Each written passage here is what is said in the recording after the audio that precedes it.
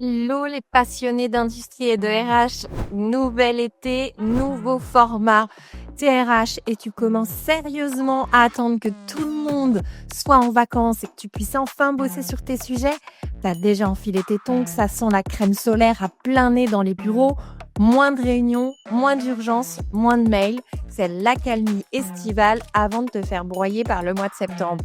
Alors plutôt que d'attendre cet habituel tsunami, je te propose un truc.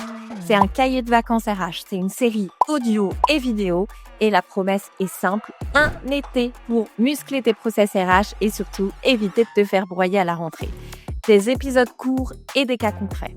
Et à chaque fois, un outil, un exercice ou un cas d'usage à tester dans ton coin ou en équipe que tu reçois dans ta boîte mail. Parce qu'on ne va pas se mentir, c'est jamais le bon moment de s'y mettre, donc c'est maintenant. Et si tu as envie d'aller plus loin après tout ça, je t'en reparle au courant de cet été. Mais d'abord, tongs ou pas, on attaque. Hello, eh bien écoute, encore un nouvel épisode. Alors si tu me regardes sur YouTube, tu verras que là je suis un peu peinture. Je termine ces enregistrements et je t'avoue que je suis quand même assez contente, voilà, d'arriver, au terme. J'ai eu pas mal de péripéties sur cette série estivale. J'espère en tout cas, que toi tu prends, plaisir et que tu apprends des trucs, en écoutant. Donc tu connais maintenant le concept, on est sur une série, été, on est là pour, muscler, structurer, ta fonction RH avant de te faire broyer à la rentrée. Donc tu sais que le mardi suivant les 2 épisodes publiés de la semaine, tu reçois un mail avec des ressources que je te donne directement, dans, cet email-là, dans ton cahier de vacances. Alors si tu nous rejoins à partir de maintenant, tu peux écouter à partir de maintenant. Néanmoins, c'est quand même mieux que tu commences dès le premier épisode de cette série qui s'appelle 3 raisons de structurer tes process RH. Alors, de quoi on parle aujourd'hui? On va parler d'un des sujets qui freinent bon nombre d'entre vous à structurer ses process, à structurer sa fonction RH. Souvent, la peur, l'inquiétude, c'est de devenir trop rigidifié. On va se dire: «Ah non, non, moi je veux pas, processer parce que, derrière, ça va être trop rigide, on va pas s'y retrouver et c'est pas comme ça que j'ai envie de travailler». Donc ça, c'est un peu un mythe et tu vas voir que je vais t'expliquer. Mais ce qui reste dans un coin de ta tête, du coup, c'est quoi? Si je processe, est-ce que je viens pas trop rigidifier?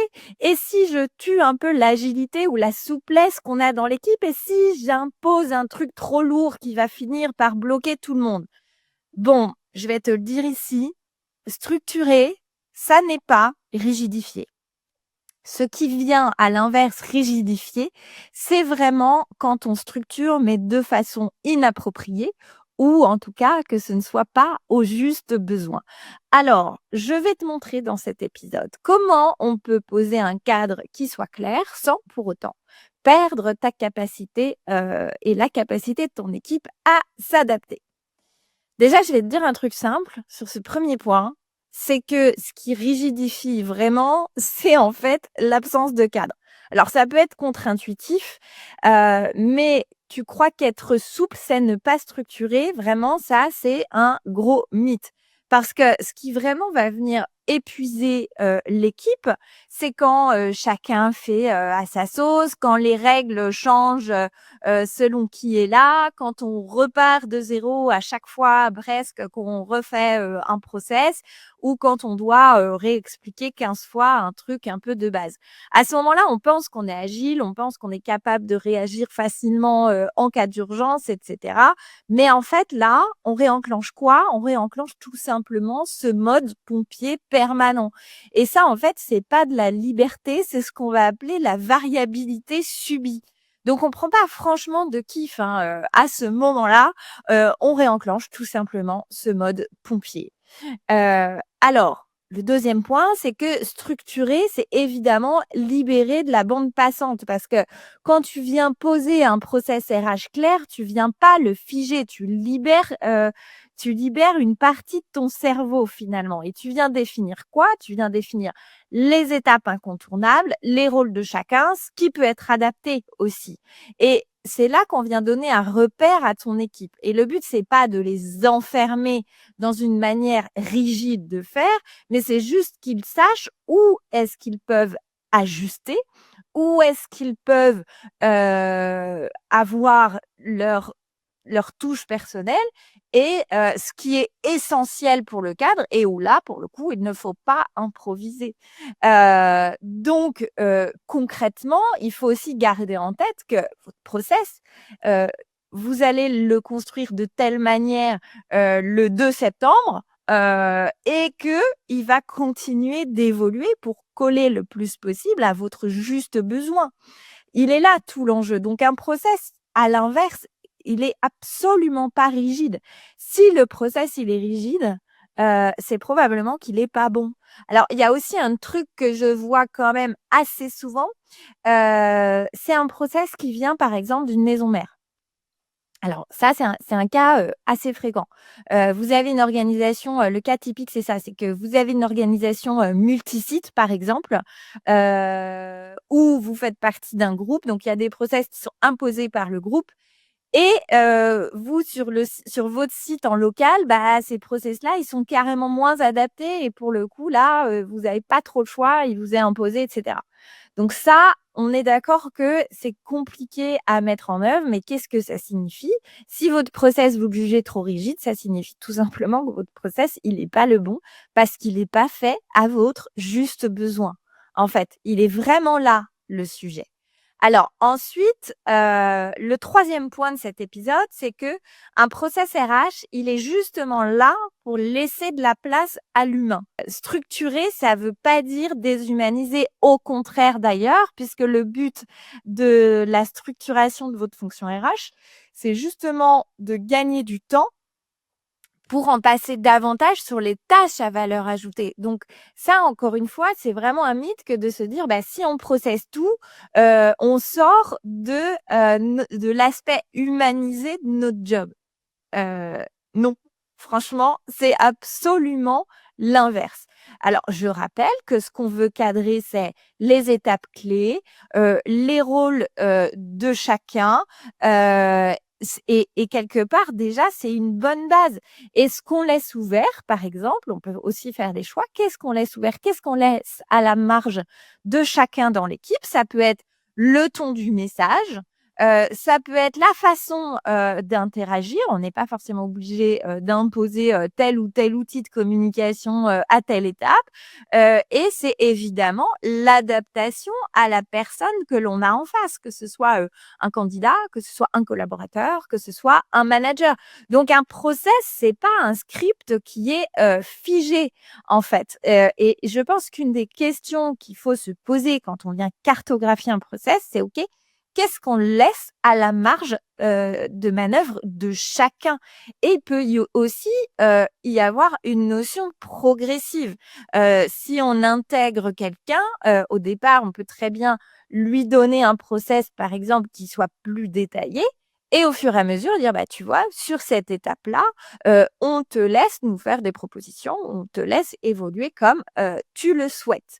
Donc, on voit que c'est une trame, ce process-là, qui va justement être au service de l'humain parce que c'est, in fine, un bon process, c'est le but. Je me répète dans cet épisode, mais oups, je n'ai pas coupé mon téléphone. Mais c'est le but de ce process, c'est justement de valoriser toutes les tâches qui sont les plus importantes. Et donc, quand on est RH, c'est le temps que l'on va passer à accompagner ses candidats, ses collaborateurs, accompagner sa ligne managériale, qu'on va passer en codir, à développer des projets stratégiques. Et donc, c'est là où ça devient un vrai levier pour que tu puisses avoir plus de temps sur ces sujets qui t'animent vraiment. Alors, ensuite, la quatrième partie, c'est tu peux structurer et faire évoluer. Et ça va extrêmement bien ensemble. Dans la philosophie du Lean, l'approche process, elle est relativement claire. Lean, ça veut vraiment dire de faire le plus simple possible. Ça fait vraiment partie du fondement de la philosophie.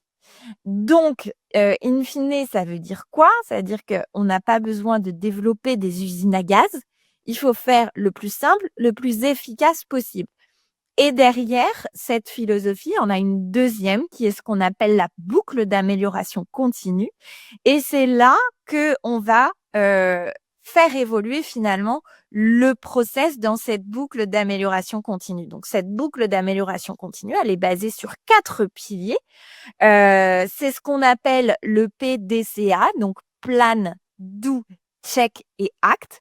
Donc le plan, c'est on a un problème où on voit une solution d'amélioration, on va la planifier, d'accord? Le D, le Do, on va la réaliser. Le check, on vient vérifier que ça fonctionne, que ça obtienne les résultats que l'on a attendus. Et le acte, c'est cette partie, on va se dire, OK, qu'est-ce qu'on retient des enseignements de cette boucle d'amélioration continue, du P, du D, du C? Et qu'est-ce qu'on valide ou est-ce qu'on recommence parce qu'on a testé quelque chose sur ce process, par exemple, ou sur cette problématique qui ne fonctionne pas? Et ben à ce moment-là, on revient au départ si toutefois la solution qu'on avait déployée n'était pas satisfaisante ou alors on se dit: «OK, c'est validé». Donc vous voyez que à l'inverse de ce qu'on peut penser, un process, il est justement fait pour évoluer, pour vivre dans le temps et je t'ai parlé plusieurs fois de cette notion, de juste besoin. C'est là tout l'intérêt de se challenger régulièrement, de dire: «Attends, est-ce qu'on n'est pas allé trop loin dans le process? Est-ce que justement il n'est pas trop compliqué? Ou est-ce que à l'inverse, bah, il faut peut-être qu'on vienne un peu rigidifier des points d'étape pour que ça améliore, pour que ça améliore, les résultats, pour que ça améliore notre quotidien, pour que ça serve nos clients internes. C'est ça la notion de juste besoin. Donc je t'assure que processiser ou, structurer ta fonction RH, ça ne doit pas se faire au détriment de vos expériences à vous en tant que RH, que vos expériences aussi, collaborateurs, et que ça ne doit surtout pas limiter la souplesse que vous êtes capable, d'avoir dans vos fonctionnements. Alors, en conclusion, qu'est-ce que je peux te dire sur cet épisode? Tu as vu que je suis rentrée un peu plus que d'habitude dans de la théorie. Mais en gros, ce qu'il faut retenir, c'est que si tu veux rester agile, si tu veux garder une équipe RH qui soit vraiment humaine, proche du terrain et réactive, bah oui, structurer, c'est une partie de la solution. Mais de structurer intelligemment et donc au juste besoin. Alors, pour t'y aider, ce que je t'ai mis et ce que tu recevras mardi prochain, dans, ton mail avec tes ressources dans ton cahier de vacances, c'est une fiche simple, structurée, sans rigidifier. C'est un atelier rapide que tu peux faire, alors moi je te conseille de le faire en équipe, mais tu peux commencer à le faire en solo, forcément c'est moins idéal, on va dire. C'est, pour poser à plat un process, pour identifier, qu'est-ce qu'on veut vraiment cadrer? Est-ce que ça, c'est nécessaire de tout détailler? Ou qu'est-ce qu'on garde, en souplesse et à la marge de chacun, de chaque intervenant, de chaque partie prenante dans ce process-là? Donc c'est vraiment le meilleur moyen d'avoir un cadre clair, mais qui respire. Alors, tu sais aussi, moi, ce que je te propose pour aller plus loin, parce que cette série d'été arrive bientôt à son terme, c'est pas juste une formation théorique. Moi, ce que je te promets dans le cadre de la formation voler les pratiques des ingénieurs pour structurer ta fonction RH, c'est un changement de prisme. C'est transformationnel pour te permettre de passer au niveau supérieur, pour te permettre d'utiliser les outils que les ingénieurs, que ta direction utilise, et c'est de changer de prisme, de changer de regard finalement sur tous ces sujets autour de la structuration, autour de la résolution de problèmes. Et c'est surtout un levier aussi pour faire grandir ton équipe, pour les amener à prendre plus de hauteur sur les sujets, notamment de la résolution de problèmes, mais toujours en gardant en tête cette notion de juste besoin. Donc vraiment, ne va pas être sur de la théorie pure et dure. On va benchmarker, on va papoter autour de vos points, de vos irritants. Donc, si tu veux en savoir plus, tu cliques sur le lien en description de l'épisode. Je t'explique tout sur ce lien-là. Allez, je te retrouve tout bientôt. Je te souhaite une belle journée, soirée, nuit. Je ne sais pas à quel moment tu m'écoutes, mais en tout cas, je te dis à bientôt. Bye. Voilà, cet épisode est terminé et si tu es encore là et que tu m'écoutes déjà depuis quelques épisodes, j'imagine que tous ces sujets te parlent. Je me doute que tu passes ta vie à avoir la sensation de gérer les problèmes des autres, que tu es littéralement entre le marteau et l'enclume avec d'un côté les enjeux stratégiques à porter et de l'autre la tête dans l'opérationnel qui te bouffe donc tout ton temps. Donc tu vois bien, tu pourrais faire mieux maintenant. Mais t'as jamais le temps de poser un cadre et quand tu veux structurer, piloter un projet RH, tu rames pour embarquer la ligne managériale, avoir un budget ou juste simplement qu'on t'écoute. C'est exactement pour ça que j'ai créé cette formation Voler les pratiques des ingénieurs pour structurer votre fonction RH.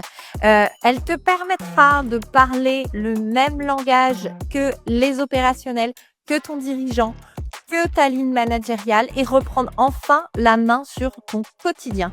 Donc oui, tu vas y trouver une méthode. Oui, tu vas y trouver des outils prêts à l'emploi.